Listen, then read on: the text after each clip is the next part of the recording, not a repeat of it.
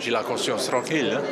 L'audience va démarrer peu après 11 heures, après 3 suspensions demandées par les magistrats qui vont étudier la question prioritaire de constitutionnalité posée par les avocats de Temaru. Mais il semble également qu'un élément du dossier ait été occulté par le procureur Hervé Leroy.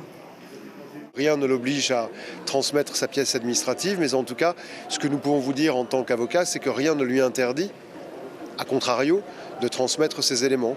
Donc si rien n'est à cacher, eh bien, il est étonnant que nous n'ayons pas ces éléments qui sont utiles à la manifestation de la vérité. La défense des 3 prévenus vont formuler des demandes d'actes. D'abord des preuves matérielles, mais aussi des échanges faits entre le procureur José Torrel et le procureur de la République en 2014. Ce dernier demandant à Torrel l'ouverture de l'enquête. C'est un dossier qui a été totalement monté par le procureur et qui est présenté au tribunal pour être jugé sur les seuls éléments apportés par le procureur de la République. Et au moment où la défense dit « votre dossier n'est pas complet, il faut procéder à telle audition de personnes, il faut verser tel acte dans la procédure », le procureur se refuse à vouloir accepter que la défense puisse présenter ces actes et faire... Alors, maintenant, il faut voir si le tribunal va faire droit.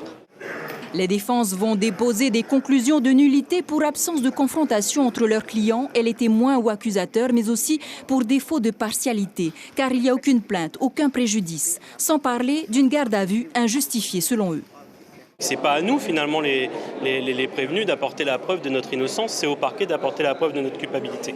Et vous verrez, quand on rentrera dans le fond du dossier, qu'il n'y a rien qui prouve effectivement que cette radio fait de la propagande politique, puisqu'en réalité, il n'y a jamais eu d'enregistrement de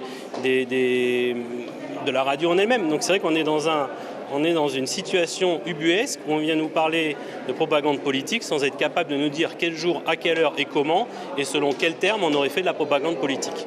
Le procureur a demandé à rejeter les QPC et conclusions de nullité. Reste maintenant au tribunal de juger le fond de l'affaire dite Radio Tefana.